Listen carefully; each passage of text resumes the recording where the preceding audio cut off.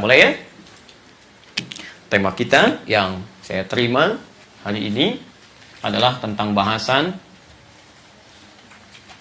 jika ajal tinggal sejengkal, Masya Allah. Ya. Bila ajal tersisa sejengkal, ya kan? Masihkah ada kesempatan untuk beramal? Ya. Masihkah dapat beramal? Ya. Kurang lebih demikian tema kita untuk hari ini. Ya. Ingat manhaj kita yang pertama?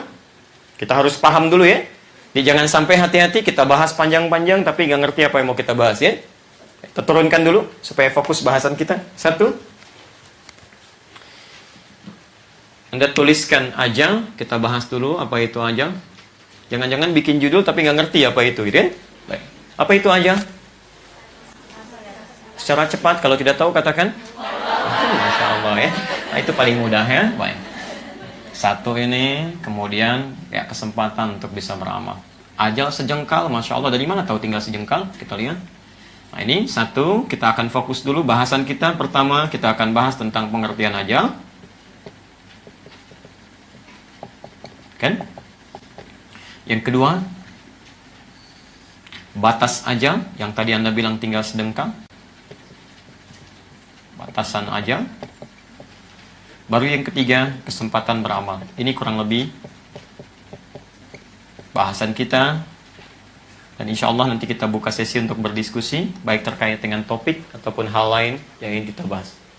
Mohon izin pada teman-teman semua yang ada di sini dan pemirsa dimanapun Anda berada, saya izin untuk sedikit melambatkan tempo uraian karena kita sudah mulai masuk pada topik bahasan.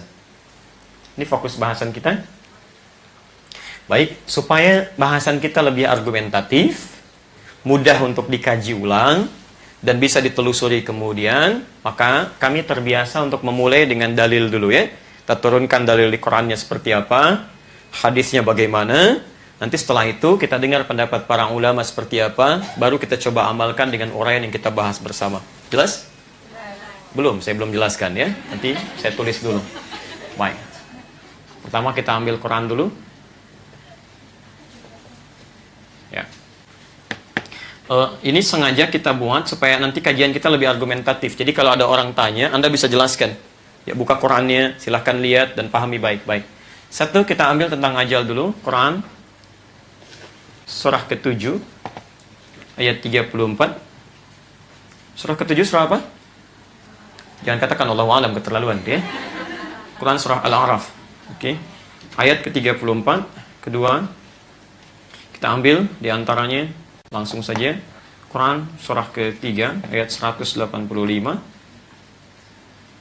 yang mengambilnya Quran surah ke-32 ayat 11. Sebelum itu Quran surah ke-39 ayat 30. Kemudian cara diambilnya Quran sampai harus tahu ya. Surah ke-89 ayat 27 sampai 30. Ini yang enak dipanggilnya, dipulangnya enak banget ya. Nanti kita kasih contoh. Ada yang sedikit menegangkan sambil dipukulin malaikat. Quran surah 8 ayat ke-50. Kemudian ya sampai kalau mau sampai masuk ke alam kubur, Quran surah 3 ayat 169 sampai 171. Ya, ada orang yang setelah meninggal dunia, dia masih minta kesempatan untuk dikembalikan. Quran surah ke-63 ayat 9 sampai 11. Apakah terbuka kesempatan untuk beramal? Baru kita masuk di sini. Quran surah ke-4 ayat 100, sisi paling kiri sebelah bawah. Bisa disiapkan di Quran surah ke-57 ayat 22 sampai 23. Pilihan amalannya bisa direncanakan dimulai dengan tobat dulu, Quran surah ke-4 ayat 17 sampai 18. Tobat itu harus disegerakan, Quran surah ke-3 ayat 133 sampai 134, sisi paling kanan sebelah atas. Lalu pilih amalan terbaik untuk bisa dikerjakan. 13 Quran surah keempat ayat 69.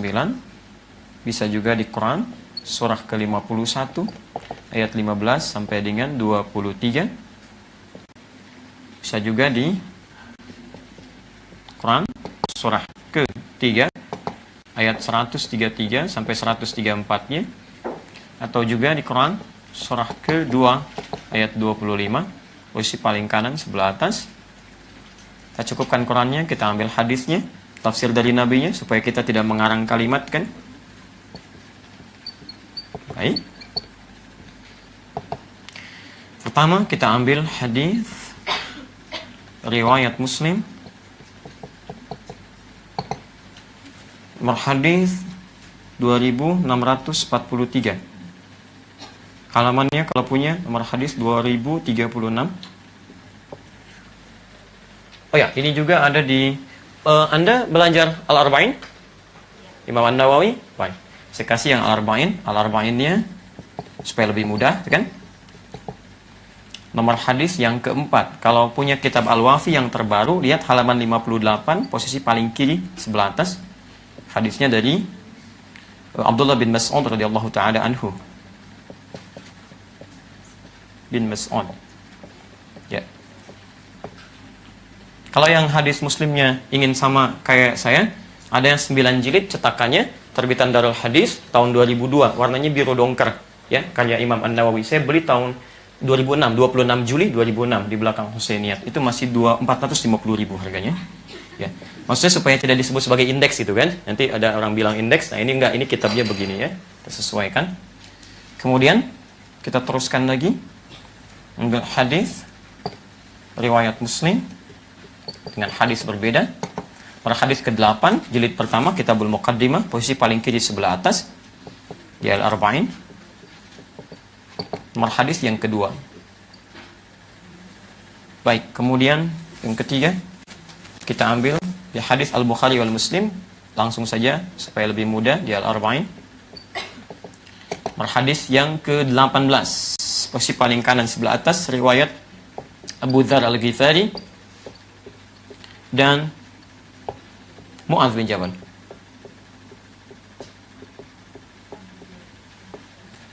Selesai sampai sini dulu, ya.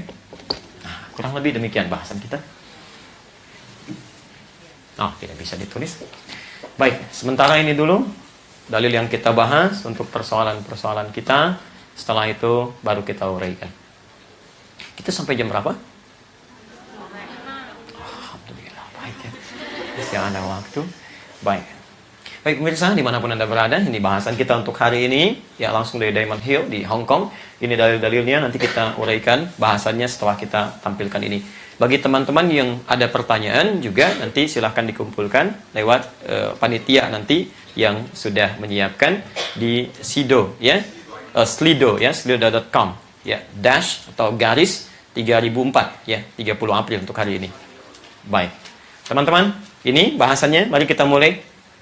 Pertama, kita bahas dulu apa itu ajal. Saya tulis dalam tulisan bahasa Arabnya, kurang lebih demikian. Ya. Ajal. Quran surah ke-7 ayat 34. Setiap saya menyebutkan Quran ayatnya, saya akan hapus tulisannya. Oke. Quran surah 7 ayat 34. Al-A'raf ayat 34. Perhatikan. Bismillah. Walikulli ummatin ajal. Dan seluruh umat itu, bukan hanya 1-2 orang, semuanya, ya. Kalau Quran sudah menyebutkan walikulli umat, setiap umat, artinya ketentuan itu berlaku untuk seluruh manusia tanpa kecuali. Paham? Dan kalimatnya bersifat umum, artinya baik itu orang beriman atau yang belum beriman, ketentuan ini pun akan berlaku bagi dirinya.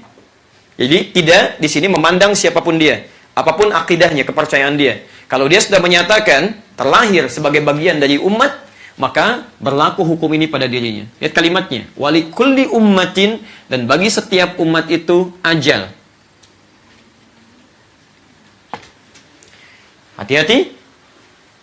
Dan setiap umat itu, kata Allah, kami tetapkan ajal bagi dirinya. Ya. Apa itu ajal? Secara singkat, ajal itu batas akhir kehidupan. Dalam bahasa Indonesia disebut dengan usia. usia, batas akhir hidupnya. Ya. Kuota kehidupan lah ya, kalau bahasa sekarang ini. Ya. Ya.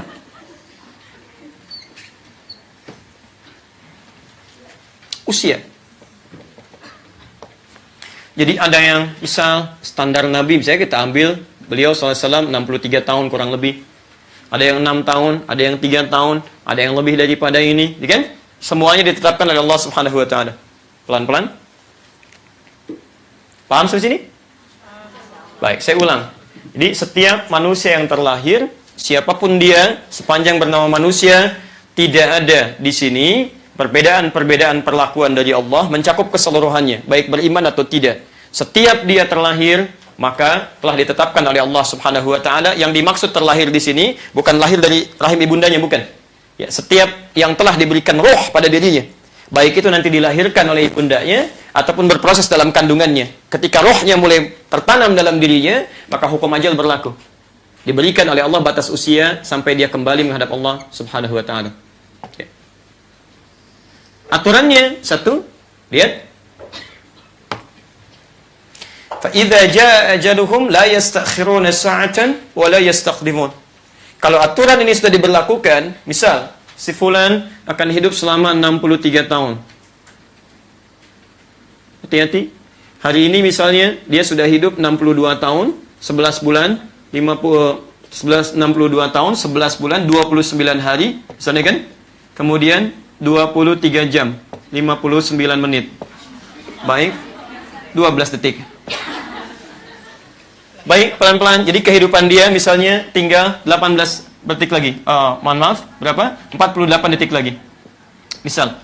Ini kalau sudah sampai hitungan begini, walaupun cuma hitungan detik, kata Allah, la yastakhiruna sa'atan wa la yastaqdimun. Kalau sudah tepat waktunya, selesai. Dia nggak bisa maju, tidak pula bisa mundur. Ya. Dia nggak bisa, sesuatu yang telah ditetapkan oleh Allah Subhanahu wa taala, tidak bisa kemudian kita intervensi, nggak bisa maju, tidak bisa mundur. Panjang tidak bisa, dipendek pun tidak bisa, mustahil. Jadi nggak bisa maju, tidak bisa mundur. Sesuai dengan waktunya, kata Allah, fa idza jaa ajaluhum, sudah selesai. Tiba batas usianya, la yastakhiruna sa'atan wa la yastaqdimun. Maju tidak bisa, diundurkan pun tidak mungkin. Baik, fokus pelan-pelan. Fokus pelan-pelan. Jadi ketika Anda membuat judul, ya kan? Ajal tersisa tinggal sejengkal, gitu kan? Itu artinya ada orang-orang mungkin merasa bahwa dia sudah di penghujung usianya. Paham? Baik, jadi ini dulu yang dipahami untuk bagian pertamanya. Jadi ketika disebutkan ajal, itu yang dimaksud apa? Batas usia. Kapan ditetapkan oleh Allah?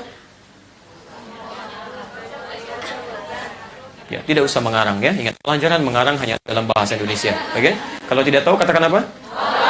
Baik. Kapan ditetapkan oleh Allah?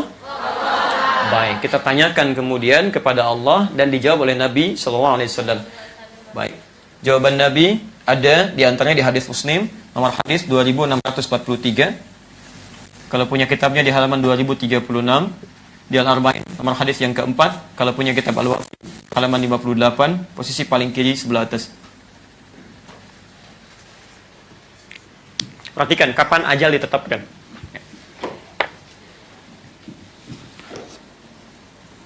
Inna ahadukum yujma'u khalquhu fi batni ummi. Setiap kalian akan dihimpun proses kehidupannya di perut ibundanya. Arba'ina yawman nutfah. 40 hari pertama berbentuk nutfah, campuran antara spermatozoa dengan ovum, belum berbentuk apa-apa. Thumma yakunu mithla dzalika 'alaqah. 40 hari kedua itu berbentuk 'alaqah, zigot mulai menempel di dinding rahim. Thumma yakunu mithla dzalika mudghah. 40 hari ketiga, usia 120 hari, 4 bulan.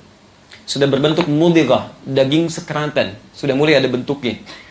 Disinilah kemudian teruskan hadisnya, thumma yursalu ilaihil malak, lalu diutus seorang malaikat, fayanfukhu fihi roh, diperintahkan oleh Allah untuk meniupkan roh. Roh mulai ditiupkan usia 4 bulan kandungan. Ya, jadi ini sudah masuk nilai kehidupan. Di enti yang tengah mengandung, ya, usia 4 bulan itu hati-hati karena roh sudah ditiupkan. Dan nanti dalam kesempatan lain kita bisa bahas, ada amalan-amalan langsung dari Quran, disampaikan lewat hadis juga, yang harus digiatkan oleh orang tua, bukan hanya istrinya, tapi juga suaminya, yang istrinya tengah mengandung, supaya memaksimalkan amalan ini. Dan saya pernah berdiskusi dengan dokter muslimah ya bersama istri kami ya saat kelahiran kandungan putra pertama. Itu Masya Allah, mereka setelah mengadakan pertemuan dokter-dokter muslim sedunia, disimpulkan bahwa kesolehan orang tua itu akan berdampak pada janin yang tengah dikandung itu, otomatis gitu ya. Baik, dan di Malaysia pernah ada ibu yang tengah mengandung dan dibacakan Quran, si janinnya itu bergerak dan mengambil posisi sujud lama sekali ya, sampai Qurannya selesai dibacakan kembali lagi ke posisi semula ya. Dan itu sudah ada penelitiannya. Tapi poin kita terkait dengan materi, lihat kalimatnya, wa yu'maru bikatsbi arba'in, dan diperintahkan untuk menetapkan 4 hal dalam kehidupannya. 1, bikatsbi rizqihi, menetapkan rizkinya sampai dia meninggal. Yang kedua, kita berhenti sampai poin ini saja, wa ajalihi, dan ajalnya. Sejak rohnya ditiupkan, ajalnya mulai berlaku di sini. Sampai kapan dia akan hidup, sampai kembali kepada Allah Subhanahu wa taala. Imam Muslim, ini fokus bahasan kita. Imam Muslim memberi judul hadis ini tentang babul qadar. Ingat, babul qadar. Disebut oleh beliau istilahnya dengan qadar. Ya. Kalau Anda menemukan istilah qadar, itu artinya ketetapan Allah Subhanahu wa taala, ketetapan Allah Subhanahu wa taala yang sifatnya dirahasiakan. Hati-hati, yang sifatnya dirahasiakan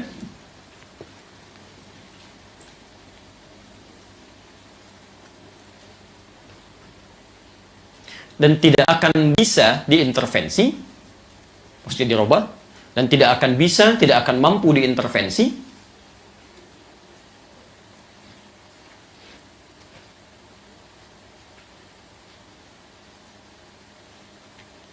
oleh makhluk manapun,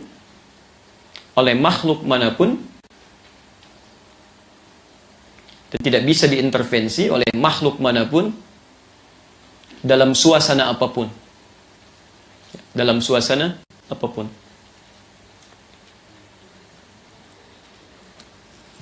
Baik, fokus pelan-pelan sebentar. Saya ulang ya.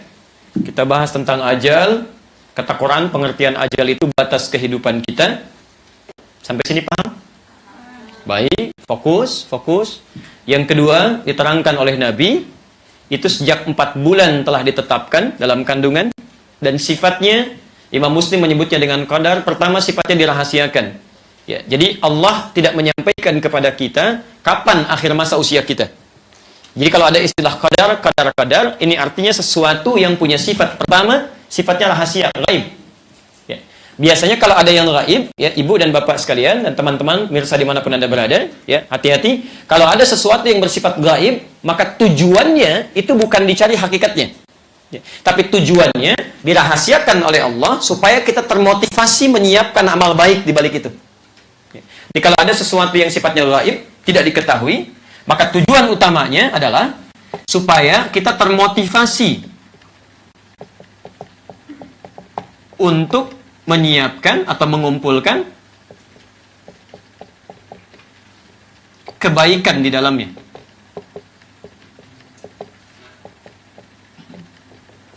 Satu.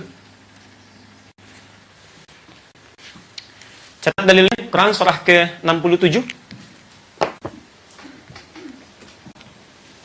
Ayat yang kedua. Surat Al-Mulk, ayat yang kedua. Ini dalilnya, perhatikan.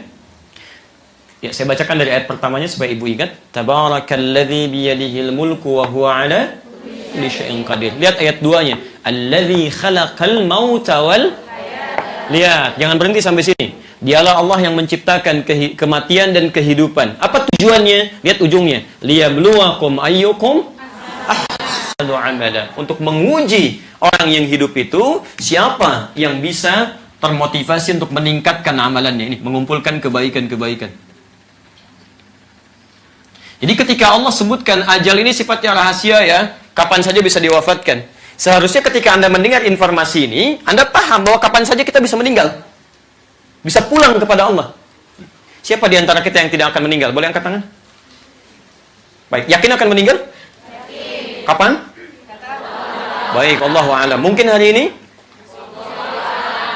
Baik, mungkin bisa terjadi kan? Ya, mungkin bisa terjadi Anda keluar dari sini ya, bismillah, begitu dibuka pintu yang keluar malaikat, assalamualaikum, pulang dia. Ya, bisa terjadi kan? Nah, yang paling aneh begini, bila seseorang yakin bahwa kapan saja bisa meninggal dan kapan saja dia pulang, seharusnya dia tidak bermain-main dengan hidupnya. Kapan saja bisa meninggal.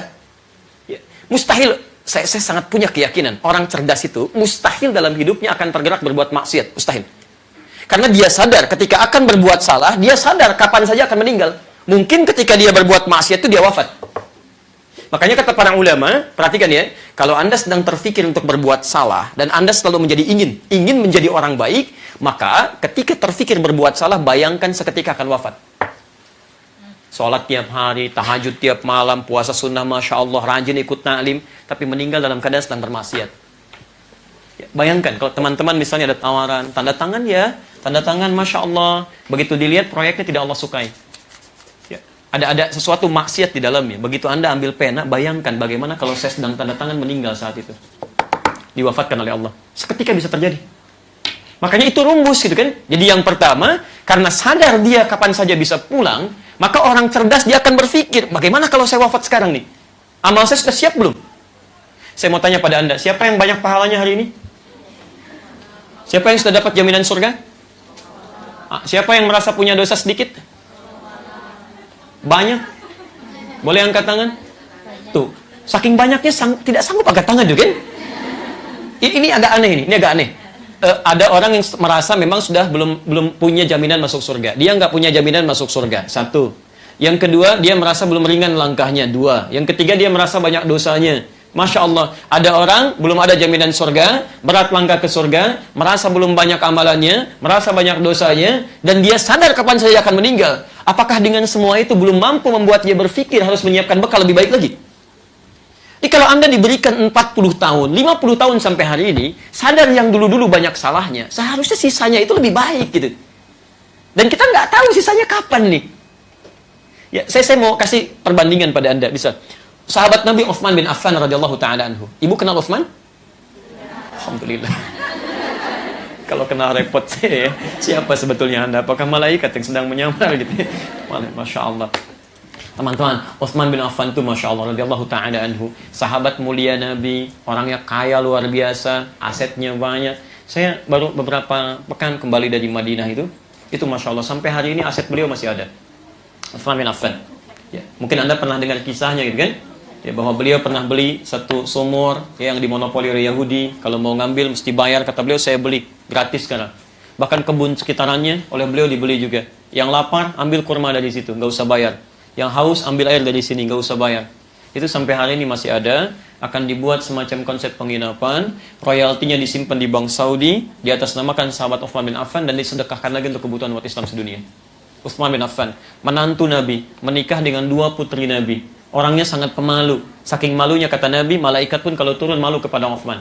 Tahukah Anda, Imam An-Nawawi menulis kitab namanya At-Tibyan fi Adab Hamalatil Quran. Itu menuangkan kisah tentang kesungguhan Utsman bin Affan dalam meningkatkan ibadahnya karena sadar kapan saja bisa pulang.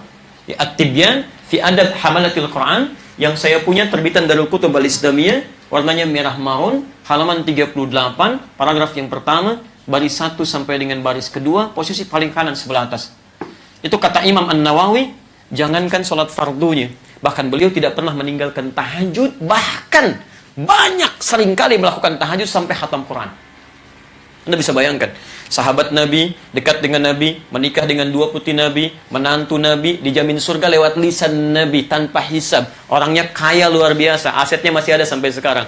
Masih sempat menunaikan tahajud sampai khatam Quran, karena merasa bekalnya mungkin masih kurang menghadap Allah. Anda bukan sahabat Nabi, kerabat Nabi juga bukan. Belum menikah dengan 2 anak Nabi. Masya Allah. Ya, pemalunya tidak seperti pemalu Utsman. Malaikat turun belum tentu malu lihat Anda, gitu kan? Masya Allah, surga belum ada jaminan, hisab masih menegangkan. Masya Allah, dengan semua ini belum sanggup menyentuh Anda untuk berubah. Jangankan tahajud, jangan-jangan sholat fardu masih terlambat juga. Dan cita-citanya lebih hebat daripada Utsman bin Affan. Saya pengen masuk surga Firdaus bersama Nabi lagi. Mudah-mudahan sehat ya. Ini poinnya. Jadi bagian pertama, kalau disebutkan ajal, kita mendengar ajal misalnya, maka turunan mana yang harus diturunkan? Setiap disebutkan ajal misalnya kan, maka turunan maknanya satu, bekal apa yang sudah Anda siapkan. Ini poinnya.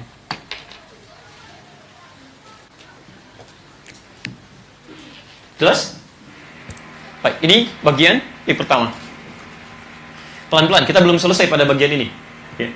Tadi dalilnya sudah saya sebutkan, Quran surah ke-67 ayat yang kedua. Huwallazi khalaqal mauta wal hayata liyabluwakum ayyukum ahsanu amala.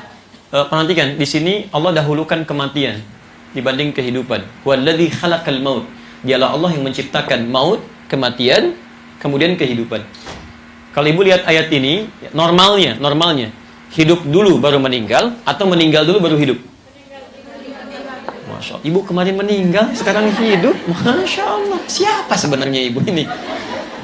Pulang saya. Normalnya pasti hidup dulu baru meninggal.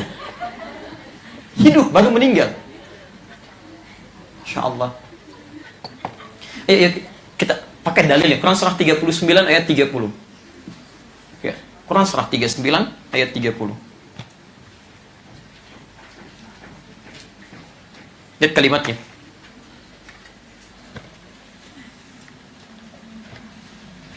Innaka mayyitun wa innahum mayyitun. Innaka Muhammad ya mayyit, kamu mayyit kata Allah. Mayyit itu hidup yang akan meninggal. Masih ada tasdidnya di sini. Mayyit, hidup yang akan meninggal. Ini ada tasdidnya. Mayyit. Ya. Jadi kalau ada kata mayyit, ini artinya orang hidup yang satu saat pasti akan meninggal, kapanpun itu. Ya. CM ya, calon meninggal. Itu calon wafat. Disingkatnya nggak enak, jadi calon meninggal aja. Oke? Di sini calon meninggal, mayyit. Jadi kalau dipanggil mayyit jangan tersinggung. Enti mayyit ya. Iya, sama kayak enti deh. Mayyit, calon meninggal. Sekarang perhatikan. Kalau dia sudah meninggal, ya, wafat dia, perhatikan pelan-pelan, maka kalimatnya berubah dari mayyit menjadi mayit. Mayit. Nah, sudah wafat nih. Ada tasdid ini hilang, jadi bulatan di sini. Ya. Jadi tasdidnya diambil. Tinggal bulatan. Kalau sudah seperti ini berarti sudah meninggal. Mayit, ya. Simbolnya ini hilang. Ya. Dulu saya tahun sekitar 95 lah, 96 itu. Saya masih mau akhir-akhir lulus SD itu ada apa namanya itu ya? Film-film kartun itu yang di atasnya suka ada bulatan-bulatan tuh ya, menggambarkan sudah meninggal. Kayak film Dragon Ball dulu ya. Ada Gohan, Son Goku gitu ya. Lawannya Picasso ya, ada Shimiya, kemudian ada siapa lagi itu, kurang lebih demikian. Ya, tulisan Yusuke Watanabe, saya masih ingat itu penulisnya. Ya. Sutradaranya Hosoda, ya, Masahiro Hosoda itu. Baik. Teman-teman sekalian, ya waktu lawan Picasso kan di kepalanya ada bulatan itu kan, tandanya sudah tidak ada dia. Baik, kena Kamehameha dulu tuh kalau nggak salah. Pokoknya dulu lah gitu. Ya. Anak-anak kecil tuh sedang rame-rame. Saya nggak terlalu suka lihat-lihat kayak gitu. Cuma lihat kenapa rame-rame. Oh ada ini, dia. Kenapa? Nggak tahu. Saya kalau lihat baca, insya Allah ya lihat itu aja. Tapi saya nggak pernah lihat, nggak ada kerjaan lihat kayak gituan. Ya. Lihat sini. Nah teman-teman, ini lihat ya. Ini hidup akan meninggal. Kalau sudah seperti ini sudah meninggal. Siapa yang mengambil ini tasdidnya, nafasnya, rohnya kembali kepada Allah? Namanya maut. Quran surah ketiga ayat 185.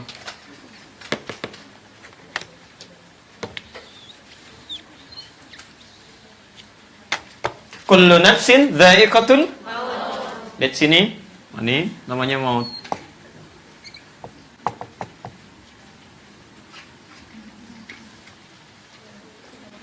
Siapa yang membawa maut? Ditugaskan satu malaikat, disebut malakul maut. Quran surah 32 ayat 11. Qul yatawaffakum malakul maut alladhi wukkila bikum. Fokus. Yang ditugaskan namanya malakul maut. Satu malaikat punya tugas mencabut nyawa.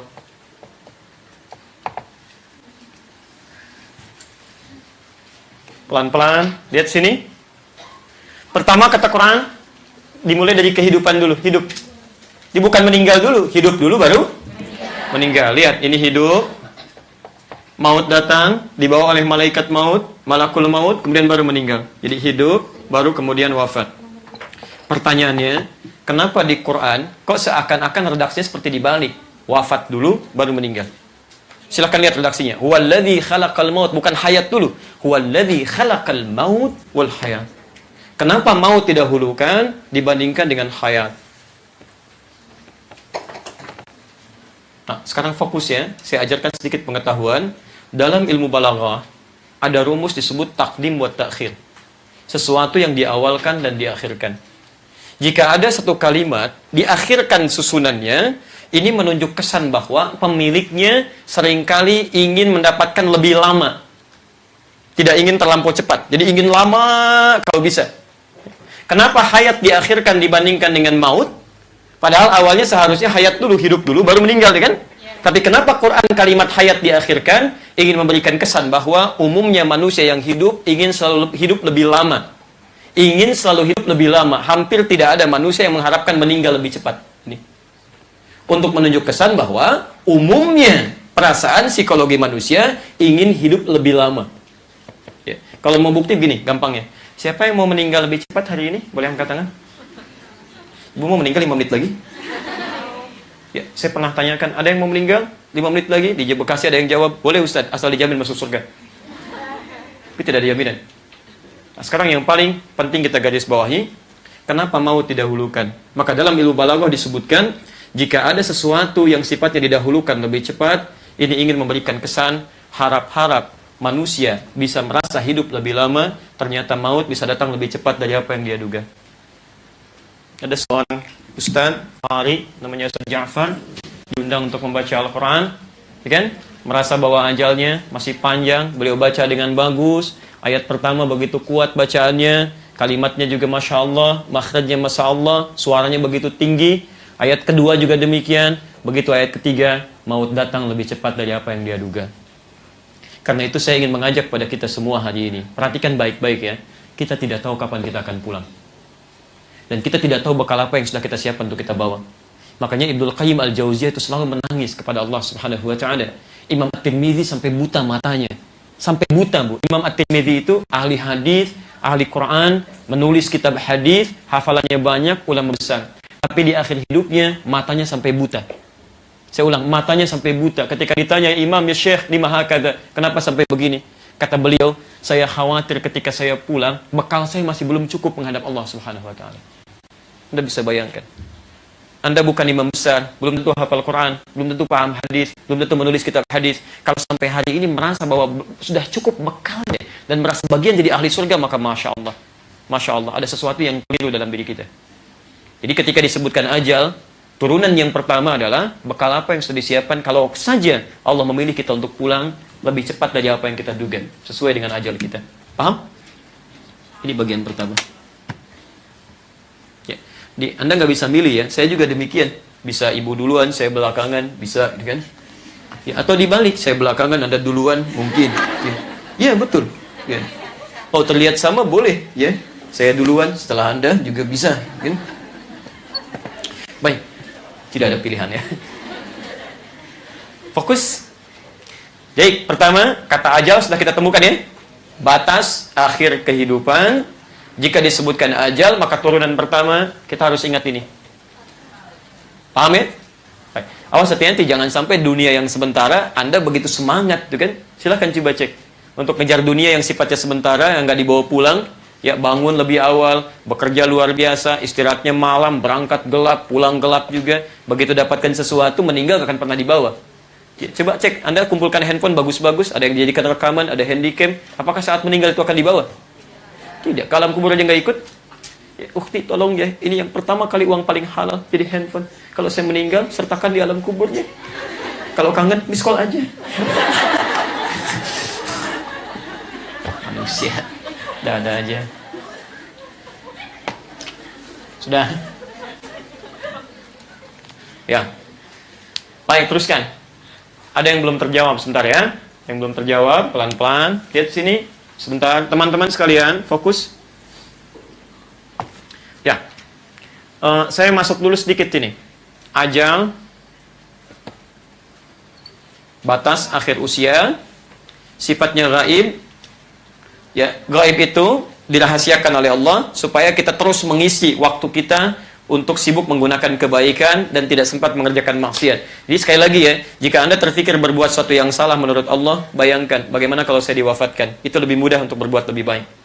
Baik, sekarang pertanyaannya, bagaimana cara kita mengisi sisa usia hidup ini sehingga memiliki bekal yang cukup untuk pulang? Jadi ini ajal, dalam bahasa Indonesia disebut dengan usia. Pertanyaannya, bagaimana cara mengisi usia ini, sisa hidup kita ini, agar lebih baik dalam pandangan Allah Subhanahu wa Ta'ala? Fokus. Cara mengisi ini diisyaratkan oleh Al-Quran, termasuk nanti bahasa hadis. Fokus.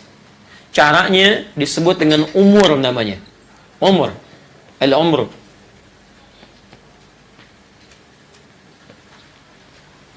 Lihat baik-baik.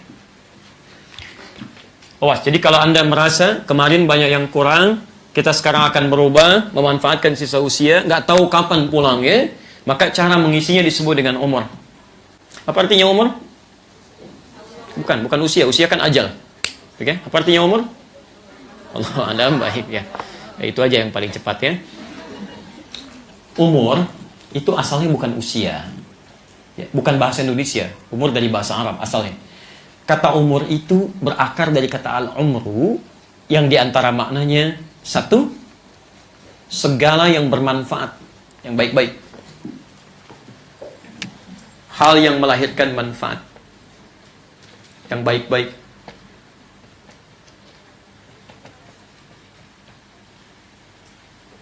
Al-umru. Asalnya ini, akar katanya. Nanti dari situ melebar maknanya. Saya beri contoh misal, ya. Dalilnya di Quran, kita ambil contoh. Quran surah ke-9 ayat ke-18.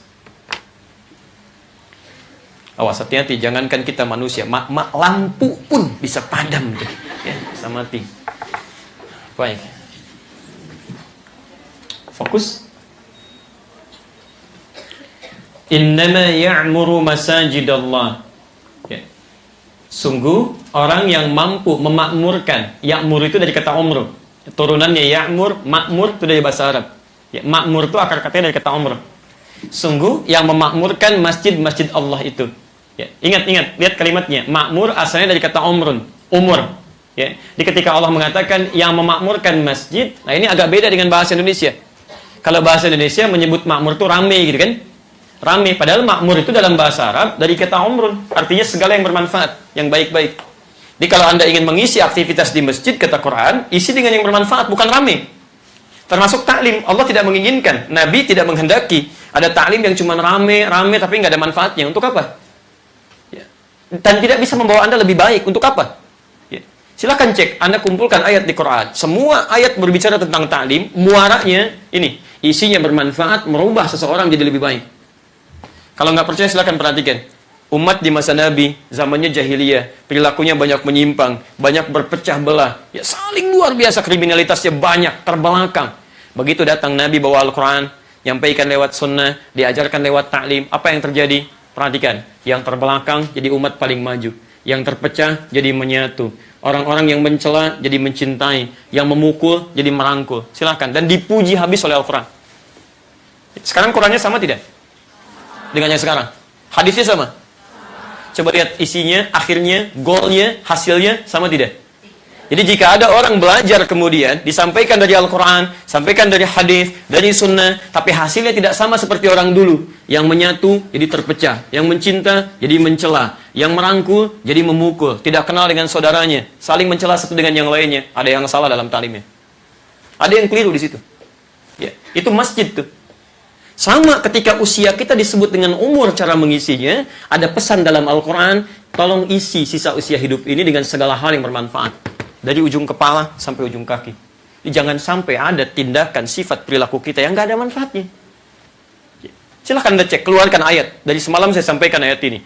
Dari ujung kepala sampai ujung kaki, Anda tidak akan pernah temukan satu ayat dalam Al-Quran kecuali menyebutkan fungsi kebaikan-kebaikan. Kepala ambil mata. Apa fungsi mata? Ya, melihat yang baik-baik. Ini bukan melihat yang baik-baik. Quran surah ke-24, ayat 30 untuk laki-laki, ayat 31 untuk perempuan. Hanya boleh melihat yang baik-baik. Wa kullil mu'minina yaghuddu min absarihim. Katakan pada pria-pria yang merasa punya iman, matanya hanya boleh lihat yang baik-baik saja. Yang tidak baik, palingkan. Baik. Wa kullil mu'minati yaghuddu min absarihinna. Katakan pada perempuan-perempuan yang merasa punya iman, matanya hanya boleh lihat yang baik-baik menurut Allah. Jadi kalau Anda nggak bisa melihat yang baik, nggak usah dilihat, palingkan. Anda bisa lihat yang baik, lihat. Yang tidak baik, palingkan. Ya, mohon maaf, Anda lihat misalnya di handphone, ada gambar yang tidak baik, sudah. Ya, sikap kita apa? Palingkan. Jauhkan, ganti, hapus. Anda lihat televisi, ada sesuatu yang tidak baik, ganti. Karena fungsi mata kita saat diciptakan, hanya untuk melihat yang baik saja. Lisan kita, mulut, apa fungsinya? Ini, bicara yang baik-baik. Karena itu silahkan lihat ayat di Quran. Ada larangan untuk saling mencela. La yasra qaumun min qaum. Ada larangan tidak boleh berdusta. Wailul lil mukadzibin, celaka bagi para pendusta. Ada larangan mengumpat, ada larangan gosip. Banyak. Kenapa? Karena lisan saat diciptakan, Allah hanya menginginkan dia bicara yang baik.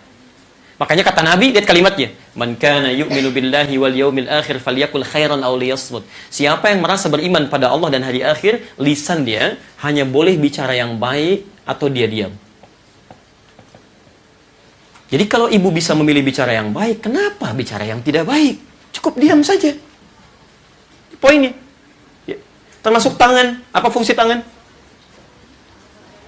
Ya, mengerjakan yang baik-baik. Termasuk nulis yang baik-baik. Bikin status yang baik-baik. Kalau Anda bisa buat status yang baik, kenapa pilih yang tidak baik? Bikin status yang baik-baik. Hari ini waktu sholat di wilayah Hong Kong, Diamond Hill, subuh jam sekian, zuhur jam sekian, asar jam sekian, sampai isya jam sekian. Itu yang baik-baik. Keluarkan ayat Quran, keluarkan hadis. Begitu teman Anda melihat status Anda, teringat dari situ, mengerjakan kebaikan, Anda dapat pahalanya. Nah, maksud saya begini. Saat Anda ditanya begini misalnya, berapa umurnya sekarang? Itu yang dimaksud sebetulnya bukan berapa usianya. Maksudnya dari umur Anda sekarang itu, kira-kira berapa kebaikan sudah disiapkan untuk menghadap pada Allah Subhanahu wa Ta'ala.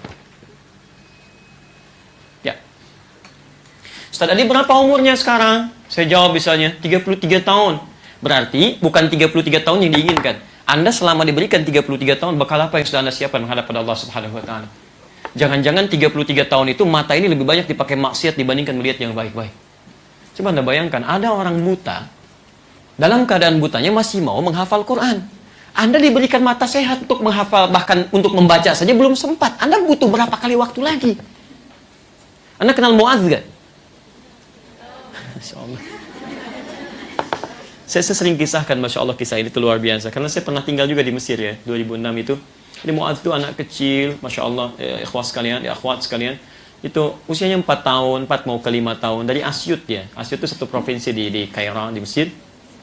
Itu Masya Allah. Ya, matanya buta, tinggal di rumah sederhana. Bapaknya ya, yang menemani beliau punya motor yang sangat sederhana. Dia dalam keadaan butanya, itu datang kepada ayahandanya, mengatakan, Abi, uridul Quran. Pak, saya pengen menghafal Quran. Nggak pernah terbayangkan oleh bapaknya. Lalu disepakati belajar, menempuh perjalanan ke tempat seorang syekh, jaraknya 20 km dari rumahnya. Ini nyata. Bapaknya ngantar pakai motor, dashboardnya dimodifikasi, supaya bisa nyimpan semacam catatan lah di dashboardnya itu. Jadi untuk mengulang hafalan. Bapaknya pun sudah mengonsep supaya di jalan nggak ada yang sia-sia. Anda bisa bayangkan, Masya Allah. Ya, nggak ada yang sia-sia. Jadi lisannya nggak ada yang sia-sia. Sama kayak kita sekarang. Daripada bicara yang tidak bermanfaat, keluar dari sini, mendingan kita bicarakan yang baik-baik. Kalau nggak bisa ya berpikir, astagfirullah, astagfirullah, alhamdulillah, alhamdulillah, la haula wala quwwata illa billah. Sampai tempat Anda, itu banyak manfaatnya. Pahala ada dan sebagainya. Daripada membicarakan yang tidak penting, ya. Iya ya, ustadznya lagi dibicarakan. Ya, tadi ustadznya kok begitu ya? Ya. La haula wala quwwata illa billah. Ya. Pecinya kok miring dikit ya? Masya Allah, sampai pecinya dibahas ya. Ini Mu'adz menempuh perjalanan 20 km. Tidak dibiarkan kecuali ada manfaatnya, dimodifikasi dashboardnya, Masya Allah. Jadi setiap di jalan, menghadap kepada gurunya, di jalan disalin oleh bapaknya. Tadi ayat apa? Tulis. Di motor melihat ke depan, Mu'adz bacakan dari belakang. Anda tahu apa yang terjadi? Dalam beberapa masa, singkatnya beliau hafal Quran. Bapaknya yang ngantar belum hafal, tapi pahalanya dapat di situ. Kisahnya viral di dunia maya, di media sosial. Datanglah kemudian reporter dari Kuwait ke situ. Ketika datang, diuji hafalannya, luar biasa bagus hafalannya, sampai kagum dan bertanya. Lihat pertanyaannya. Ya Syekh Mu'alaf katanya. Syekh Mu'alaf, jika Anda diperkenankan berdoa sekarang, dan Allah mengabulkan, kira-kira mau minta apa? Ya, diduga oleh reporter ini, beliau akan minta supaya disembuhkan matanya, supaya bisa lihat lagi. Tapi apa yang terjadi? Lihat kalimatnya. Kata beliau, saya akan minta dua hal. Satu, saya akan memohon kepada Allah kalau diperkenankan berdoa dan dikabulkan. Ya Allah, saya akan minta mohon tetap butakan mata saya sampai saya menghadap kepadamu. Karena dengan buta ini saya bisa menghafal Quran. Saya takut ya Allah, kalau kemudian engkau jadikan saya melihat kembali, maka mata saya akan melihat maksiat yang bisa menghilangkan Quran yang telah saya hafalkan. Anda bisa nggak bayangkan, anak usia 4 tahun, matanya buta, menghafal Quran sampai dia hafal dan tidak mau dijadikan adalah matanya bisa melihat kembali. Kenapa? Bukan karena nggak mau lihat, karena takut matanya melihat maksiat yang menjadikan Qurannya hilang setelah dia telah hafalkan. Anak 4 tahun, mata buta, mau menghafal Quran. Anda diberikan 40 tahun, 50 tahun, mata sehat, fisik bagus, yang dengan segala waktu ini Anda belum punya kesempatan bahkan yang sekedar membacanya. Anda butuh berapa tahun lagi? Bahkan sekarang, mohon maaf, handphonenya pun sudah ada aplikasi Qurannya. Kalau Quran sudah masuk kepada handphone yang terus Anda bawa, belum sanggup Anda baca, Anda butuh masuk kemana lagi? Kan aneh gitu kan? Coba lihat, dari setiap hari online Anda, dengan status di media sosial, dengan online Quran Anda, berapa banyak Anda lakukan? Untuk dunia, Masya Allah, update lagi, update lagi. Update Quran Anda berapa banyak dalam sehari?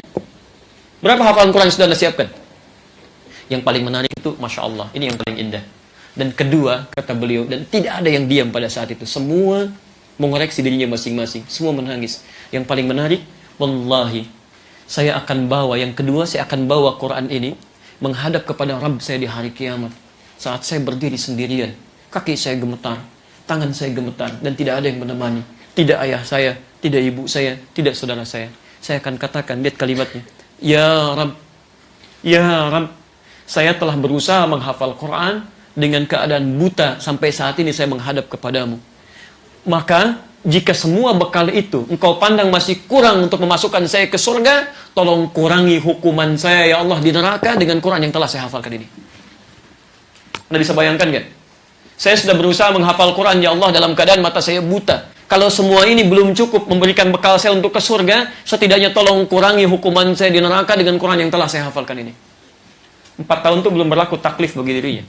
Belum ada hisab, mau menghafal Quran, masih memikirkan bekal untuk kembali kepada Rabbnya. Anda diberikan 40 tahun, 50 tahun, sadar kapan saja bisa meninggal, ajal sudah ada di hadapan Anda, kapan saja bisa dipanggil, dan Anda masih bermain-main juga. Anda butuh berapa waktu lagi?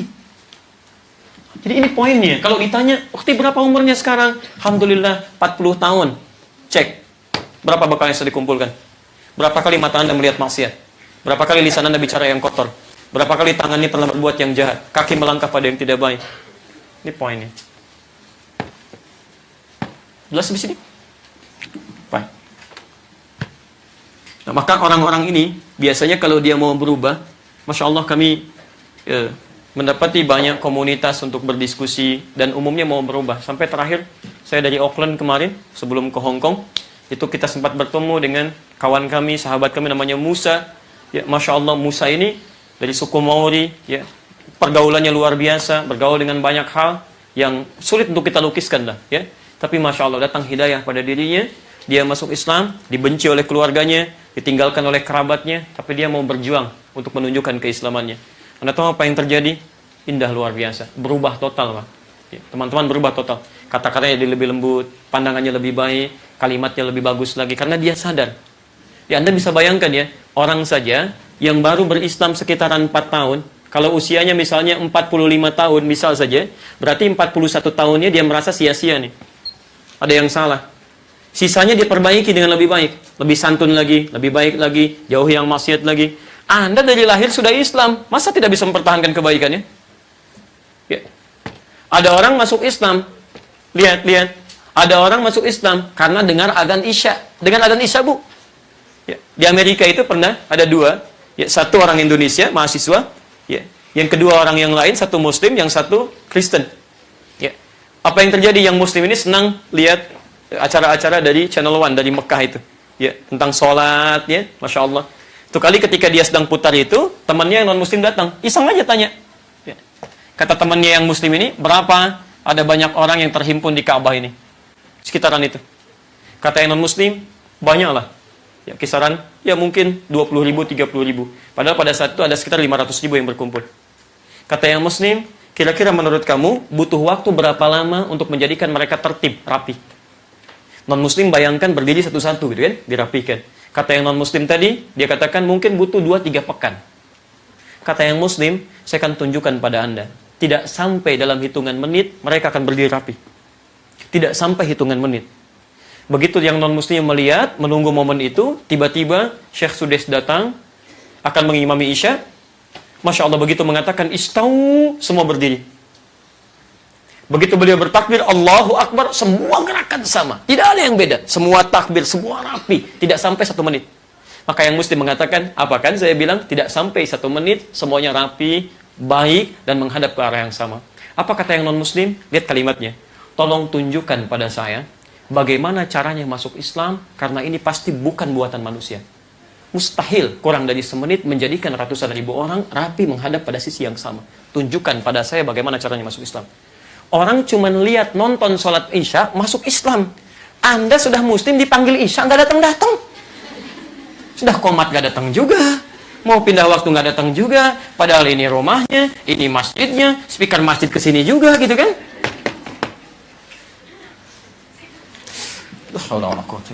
Ini bagian pertama. Ya. Saya simpulkan, 1, ajal adalah batas kehidupan yang Allah berikan kepada kita, yang harus dipergunakan untuk mencari bekal, dan bekalnya disebut dengan umrah, baik ya, yaitu kebaikan-kebaikan yang kita tenun sebelum kembali kepada Allah Subhanahu wa taala. Jelas sampai sini? Baik. Kalau sudah jelas, saya teruskan sebentar, nanti saya tutup di sini. Kita jeda waktu zuhur. Nanti bagi Anda yang ada pertanyaan-pertanyaan sebelum masuk ke sesi yang kedua, nanti kan kita belum bahas kan amalan apa dan sebagainya, belum kita bahas ya. Nanti setelah jeda itu kita bisa lanjutkan sekaligus menjawab beberapa pertanyaan-pertanyaan yang mungkin sudah Anda siapkan, insya Allah. Baik teman-teman, saya teruskan sebentar. Nah, orang-orang ini kalau dia serius menyiapkan bekal, ini bekalnya dia siapkan serius,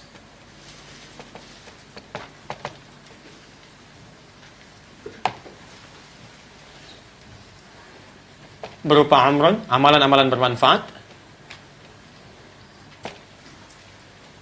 Fokus. Sekarang perhatikan. Sebelum kita sambungkan pada bagian kedua, Allah berikan dulu keterangan lewat lisan Nabi. Sekarang perhatikan hal yang sangat penting ini, yang bahkan barangkali kita tidak sadar apa yang telah kita perbuat selama ini. Ya.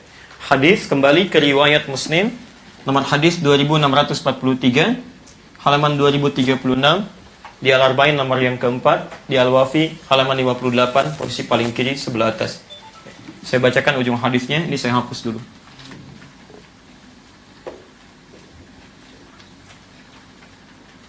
Baik. Ya. Kita mau masuk pada bagian kedua, saya hantarkan sampai hadis ini dulu ke ujungnya. Lihat sini. Fawalladzi la ilaha ghairuh. Kata Nabi, dan saya bersumpah dengan nama Allah yang tidak ada Tuhan selainnya. Kalau Nabi sudah menggunakan bahasa ini, berarti sangat serius. Hati-hati, sangat serius. Inna ahadakum, sungguh di antara kalian, la ya'malu bi'amali ahli jannah. Ada yang selama hidupnya banyak mengerjakan kebaikan-kebaikan sebagai amalan ahli surga. Fokus ya. Tadi sudah saya sampaikan kesimpulan awalnya, ini dalilnya. Ada orang yang selama hidupnya itu beramal baik, seakan-akan sudah dekat ke surganya. Ahli surga lah, sudah seperti ahli surga. Amalan ahli surga. Hatta ma yakunu bainahu wa bainaha illa dhira'. Sampai-sampai seakan-akan jarak antara dia dengan surga itu tinggal sehasta. Kurang tangan lah, dekat sekali ke surganya. Fokus. Ada orang yang sering mengerjakan amal baik, terlihat soleh, solihah, seakan-akan lebih dekat ke surganya dia, Masya Allah. Fayasbiqu alaihi alkitab fayamalu bi'amali ahli nar. Tapi ternyata di ujung kehidupannya dia lalai. Maka tanpa dia sadar, dia mengerjakan amal perbuatan ahli neraka. Perhatikan, di ujung hidupnya dia mengerjakan amalan ahli neraka, maka masuklah dia ke neraka itu. Fokus. Sebaliknya, di sisi yang lain, ya, hati-hati. Wa inna ahadakum la ya'malu bi'amali ahli an-nar, dan sebagian dari kalian terlihat seperti nampak pembuat maksiat, pembuat onar, seperti seakan-akan hatta ma yakunu bainahu wa bainaha illa dzira'un, sampai seakan-akan jarak dia ke neraka itu tinggal sehasta. Orang buruk lah, sifatnya buruk. Ya, sering dilihat orang, ya sudahlah ini mah ahli neraka, udah kelihatan buruknya, lisannya, pekerjaannya, macam-macamnya. Jaraknya itu luar biasa.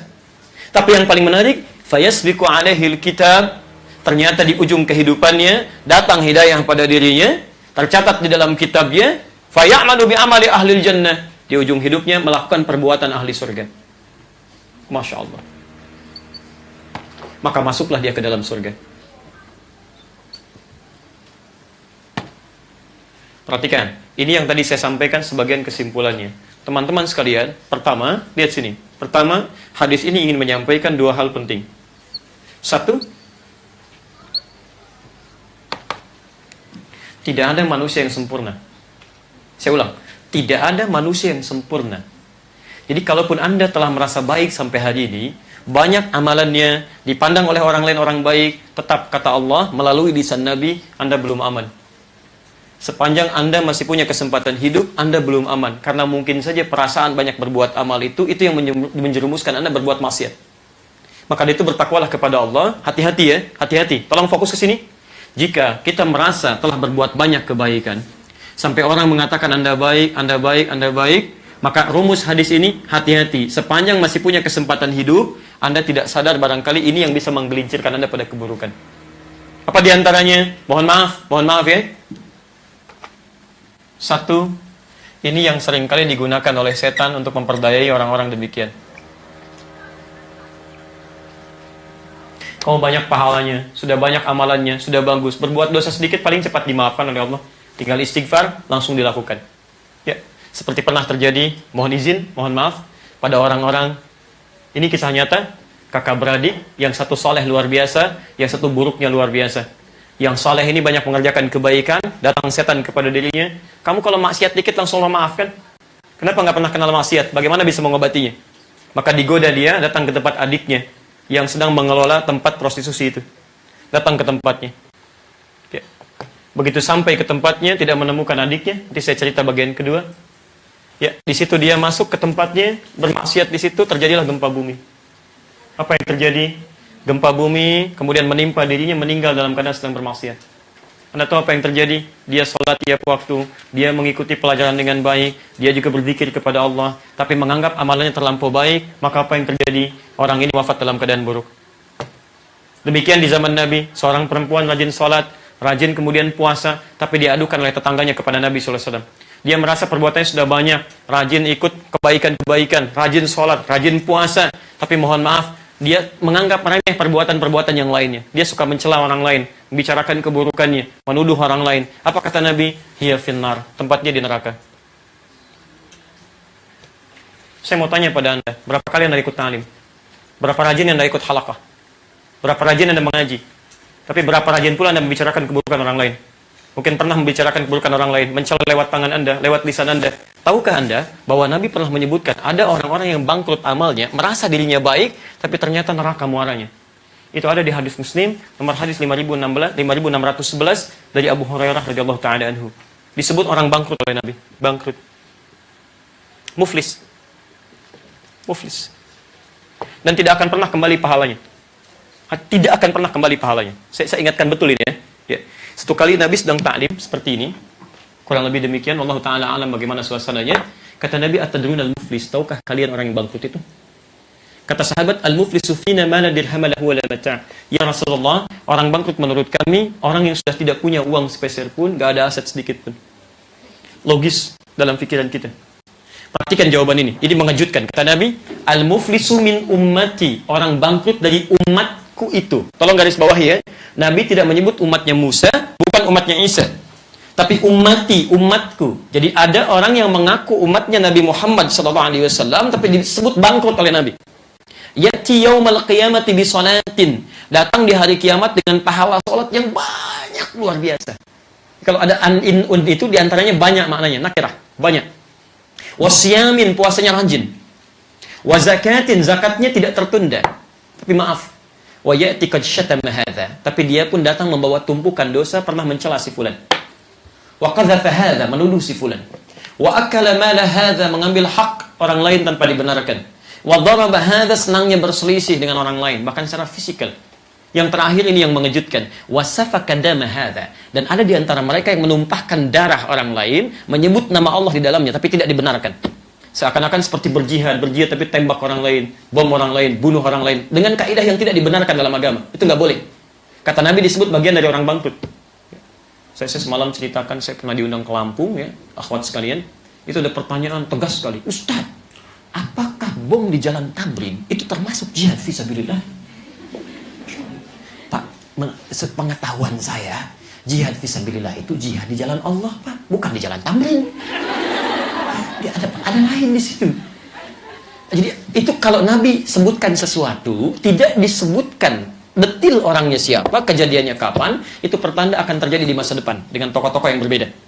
Perhatikan, kata Nabi akan ada orang nanti di setiap masa, orang yang rajin sholat cuman senang juga mencela orang lain. Itu kalau terjadi demikian, lihat kalimatnya, tu'khadhu hadza min hasanati wa hadza min hasanati. Kalau ada orang sholat kemudian mencela orang lain, maka pahala sholatnya otomatis dipindahkan pada orang yang dicelanya. Seketika. Padahal mungkin yang dicela belum sholat. Ya. Jadi kalau taklim juga sama. Ada orang taklim tiba-tiba membicarakan keburukan orang lain, itu seketika dipindahkan tuh. Selesai. Saya tidak, Ustaz, alhamdulillah, tidak seperti dia tuh. Masya Allah, pindah tuh. Otomatis, seketika. Ya. Awas hati-hati. Wa hadza min hasanati, hadza min hasanati. Terus ambil semua, habis. Fa in faniyat hasanatu, kalau sudah habis bekal kebaikannya. Jadi ini sudah enggak ada lagi, tersisa keburukan. Maka diambillah keburukan di orang ini, ditimpakan kepada orang tadi. Faturiha finnar. Maka dilemparkan ke dalam neraka. Dan itu banyak kasus di masa Nabi SAW. Ya. Saya mau tanya pada Anda sekalian, berapa bekal kebaikan yang sudah kita kumpulkan, dan bila dibandingkan dengan keburukan, berapa banyak itu terjadi. Makanya kalau Anda sudah mulai rajin taklim, tampilan sudah bagus, hijab sudah baik, dan jangan juga rendahkan orang lain, jangan buang-buang pahala dengan yang tidak penting. Kadang nggak sadar gitu kan. Ini poinnya, jaga diri luar biasa, ini poin. Ya, jaga diri. Ini bagian pertama. Diingat, tidak setiap ikan yang kurus tidak punya daging, tidak. Dan Anda pun mesti paham bahwa setiap ikan yang gemuk selalu ada tulangnya. Ya. Ini poin, ini bagian pertama. Ya. Jadi kalau sudah merasa lebih baik, pertahankan kebaikan, ajak orang lain dengan cara dakwah yang indah.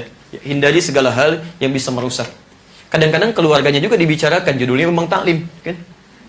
Apa kabar? Baik, Masya Allah taklim kita hari ini. Iya, kamu bagaimana keluarga? Sehat. Suami? Di situ masalahnya. Ya, muncul tuh. Iya, saya juga. Kayaknya ribut masalah itu. Bikin status lah di situ. Nggak nyangka tuh.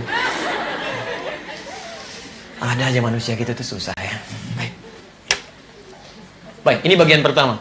Hati-hati, ini hadisnya dari Nabi ya. Jadi kalau sudah merasa baik, hati-hati karena Anda pun akan berhadapan dengan ajal yang kapan saja muncul.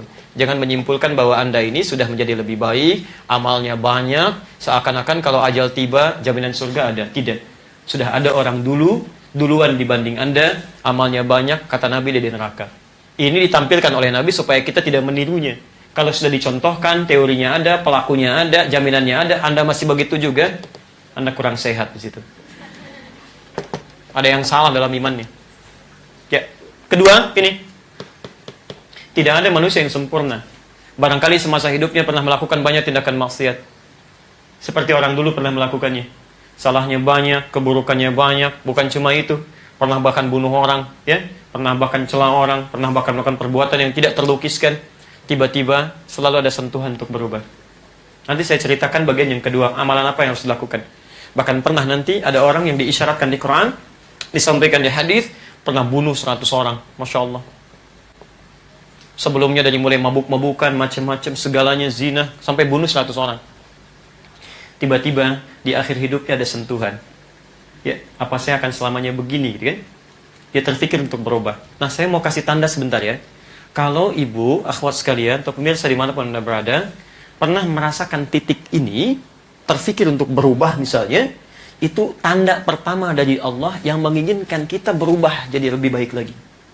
Jadi kalau Anda pernah merasa misalnya, lihat orang ikut taklim, tiba-tiba ada getaran pada Anda, saya kapan begitu ya?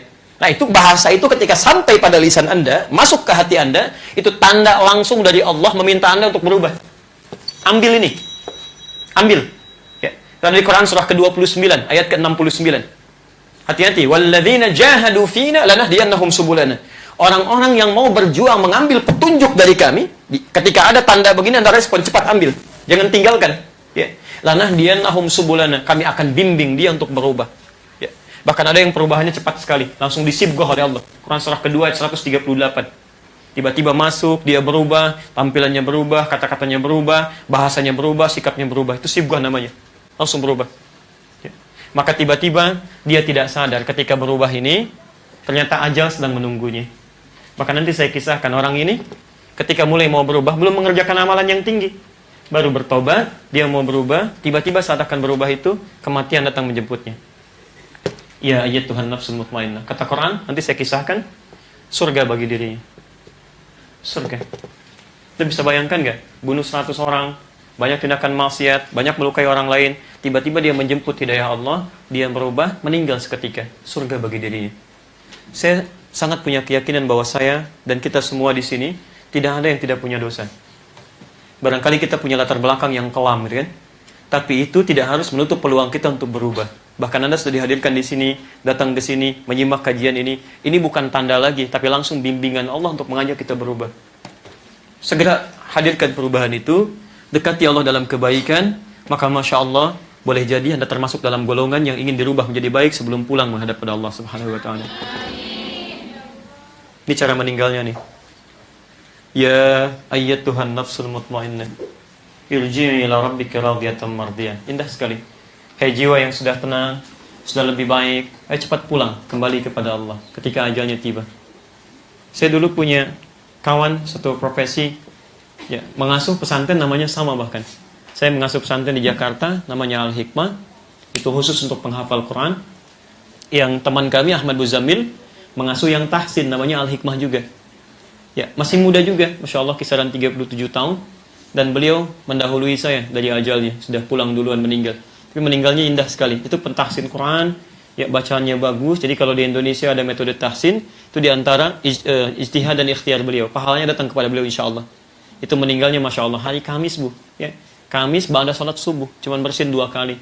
Ya ayat Tuhan nafsul mutmainnah, bersin 2 kali, meninggal, tenang gitu. Tadi saya dengar ada bersin beberapa kali belum meninggal juga ya. Masih ada waktu ya, masih ada waktu. Insya Allah, baik ya. Ya, Ustaz Ja'far kan cuma 3 ayat ya, 2 ayat setengah tuh. Ya, sudah alladzi khalaqal mauta wal hayata liyabluwakum ayyukum ahsanu amala huwal azizul ghafur. Ya, setelah itu Masya Allah masuk ke ayat ketiga, meninggal 3 ayat tuh. Allah cuma kasih 3 ayat, kamu sudah banyak pahalanya, banyak baca Quran, 1 hurufnya 10 kebaikan, berapa banyak sudah kamu bacakan? Pulang sekarang ya. Ya ayat Tuhan nafsul mutmainnah. Tidak ada teriakan, tidak ada kalimat terakhirnya Quran. Anda bisa bayangkan nggak? Kalimat terakhir Quran. Itu tidak mudah tuh bisa mendapatkan itu. Ya, karena saat sakaratul maut itu semua ditampakkan. Yang biasa kata-kata kotor, keluarnya yang kotor. Keluar yang kotor. Yang biasa mencuri, kalimat-kalimat curian. Biasa menipu, kalimat tipuan. Biasa ribut, itu karakternya ribut. Tapi ada orang-orang tertentu yang Masya Allah. Ya, ada syekh kami dulu begitu melihat sedang taklim itu. Taklim luar biasa begini. Senyum. Inna lillahi wa inna ilaihi rajiun. Tinggal begini. Ya. Beliau Ja'far, sudah, kau banyak pahalanya. Banyak baca Quran. Ya, 2 ayat setengahnya cukup. 2 ayat setengah, pulang kamu. Selesai. Masya Allah. Ada orang yang sudah 21 ayat, 25 ayat, 200 ayat, belum meninggal juga. Ya. Ya, barangkali butuh terus untuk diperbaiki. Jadi, jika Anda belum mampu meningkatkan, berlomba dengan orang soleh meningkatkan kebaikan, ada baiknya mulai hari ini berlomba dengan para pendosa untuk beristighfar dan bertobat kepada Allah Subhanahu wa Ta'ala. Ini bagian pertama, karena kita tidak tahu apakah ajal kita tinggal sejengkal atau bahkan kurang daripada itu. Setiap manusia, kata Nabi, akan berhadapan dengan ajal yang dia tidak tahu kapan itu akan terjadi. Itu isyarat supaya kita menyiapkan diri dengan lebih serius untuk kembali pada Allah Subhanahu wa Ta'ala. Ya, ini bagian pertama dari kajian kita. Sementara saya cukupkan dulu sebagai persiapan untuk menunaikan sholat zuhur. Oke, jadi saya simpulkan sebentar. Satu, judul yang kita bahas hari ini tentang bila ajal tengah sejengkal, ya, menghadirkan kesimpulan pertama bahwa Allah Subhanahu wa Ta'ala telah menetapkan batas usia bagi setiap hamba yang disebut dengan ajal. Allah Subhanahu wa Ta'ala telah menetapkan batas usia bagi setiap manusia yang disebut dengan ajal. Satu. Kedua, sifat ajal dirahasiakan oleh Allah agar setiap hamba serius menyiapkan bekal kebaikan, agar setiap hamba serius menyiapkan bekal kebaikan sebelum berpulang menghadap Allah Subhanahu wa Ta'ala. Tiga, ajal juga memberikan kesan kepada setiap hamba, memberikan kesan kepada setiap hamba agar tidak mudah berbuat maksiat, agar tidak mudah berbuat maksiat, karena mungkin ia akan wafat saat melakukannya. Karena mungkin ia akan wafat saat melakukannya. Tadi aplikasinya ya, kalau nanti tergerak melakukan perbuatan yang keliru, coba bayangkan seketika akan meninggal gitu. Itu insya Allah bisa menahan kita berbuat yang buruk. Ya. Empat, Al-Quran mengisyaratkan pada setiap yang masih memiliki kesempatan hidup, pada setiap yang masih memiliki kesempatan hidup, agar mengisi sisa hidupnya, dengan segala hal yang bermanfaat,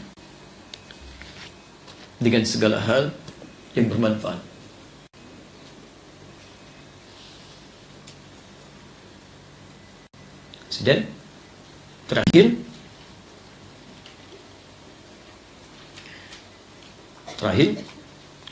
Nabi Sallallahu Alaihi Wasallam melarang seseorang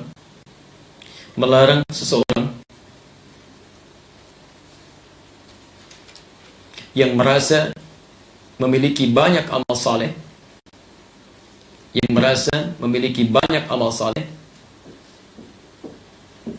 melarang seseorang yang merasa memiliki banyak amal saleh untuk menyimpulkan kebaikan bagi dirinya, maksudnya dia sudah merasa menjadi bagian dari ahli surga gitu kan? Untuk menyimpulkan kebaikan bagi dirinya, karena boleh jadi ia wafat dalam keadaan su'ul khatimah.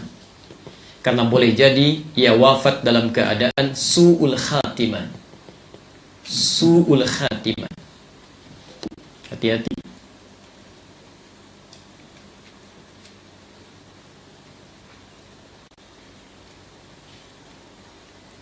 Awas ya. Seperti halnya Nabi memotivasi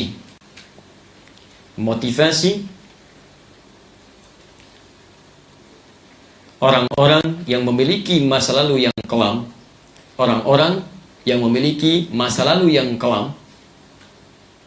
seperti halnya, jangan ditahan, bersin aja nggak apa-apa ya, baru sekali. Baik. Seperti halnya Nabi memotivasi orang-orang yang memiliki masa lalu yang kelam untuk tidak berputus asa,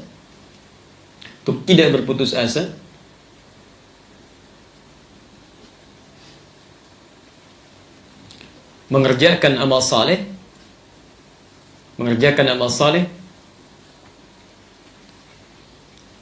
karena boleh jadi ia wafat dalam keadaan husnul khatimah.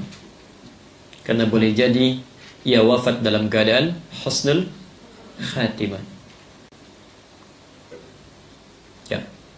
Di situ bahasan kesimpulan kita Jadi untuk semuanya termasuk pemirsa dimanapun Anda berada, saya mengajak dengan materi ini pada diri saya dan kita semua untuk berubah menjadi lebih baik. Mulai hari ini tawaran sudah disampaikan, dalil dan ayat sudah disampaikan, termasuk mohon maaf ya, doakan juga para ustadz sama. Ustadz juga tidak akan pernah lepas dari ini.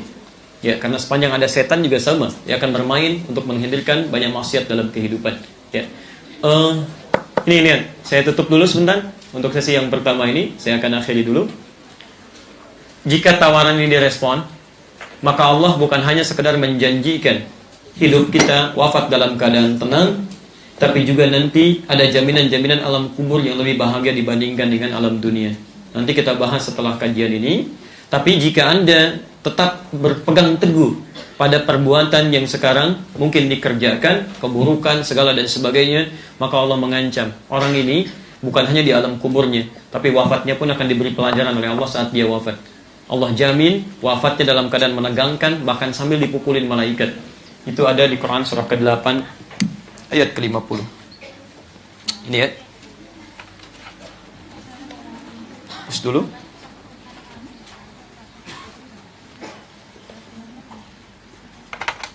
Baik. Jam berapa zuhurnya? Ya? 12.21, 12.20, Masya Allah. Pemirsa, hari ini di Diamond Hill, masyarakat di Hong Kong berbeda pendapat tentang waktu sholat zuhur. Bagaimana bisa masuk ke surga dengan cepat kalau waktu sholat saja Anda belum paham gitu kan? Baik, jam berapa zuhurnya? 12 lewat 21. Baik, kita punya sekedar persiapan untuk masuk ke waktu selanjutnya, untuk menyiapkan kita untuk menunaikan sholat zuhur. Saya berhenti di 5 menit ke depan. Saya ingin cek dulu apakah kita memahami atau tidak materi kita sampai dengan saat ini. Sebelum nanti sebagian mungkin ada yang perbaiki wudunya ya, supaya ada jeda waktu. Satu, saya tanya sebentar, paham materinya? Baik, jelas materinya? Jelas. Saya cek apa itu ajal? Batas usia. Baik. Ajal sifatnya bagaimana? Dirahasiakan. Kenapa dirahasiakan? Alhamdulillah. Baik. Bagaimana cara mengisi sisa usia? Akan banyak kebaikan. Baik. Setelah itu, mohon maaf, yang selanjutnya, apakah kita dijamin akan jadi orang baik? Tidak. Karena itu setiap orang baik mesti waspada dengan kebaikannya. Apakah setiap orang buruk pasti masuk neraka? Tidak. Karena itu terbuka kesempatan bagi dia untuk berubah. Baik ya, di sini akhir kesimpulan kita. Kalau dikerjakan dengan baik, tawarannya indah. Kalau dikerjakan amal salah, juga tawarannya cukup menegangkan. Maka dari itu, akhir penutup saya untuk sesi pertama ini. Sebelum kita diskusi, tolong catat betul ini ya. Mohon maaf, orang yang sudah belajar, maka hisabnya akan berbeda dengan yang belum belajar. Saya ulang ya, orang yang sudah belajar, maka hisabnya akan berbeda dengan yang belum belajar.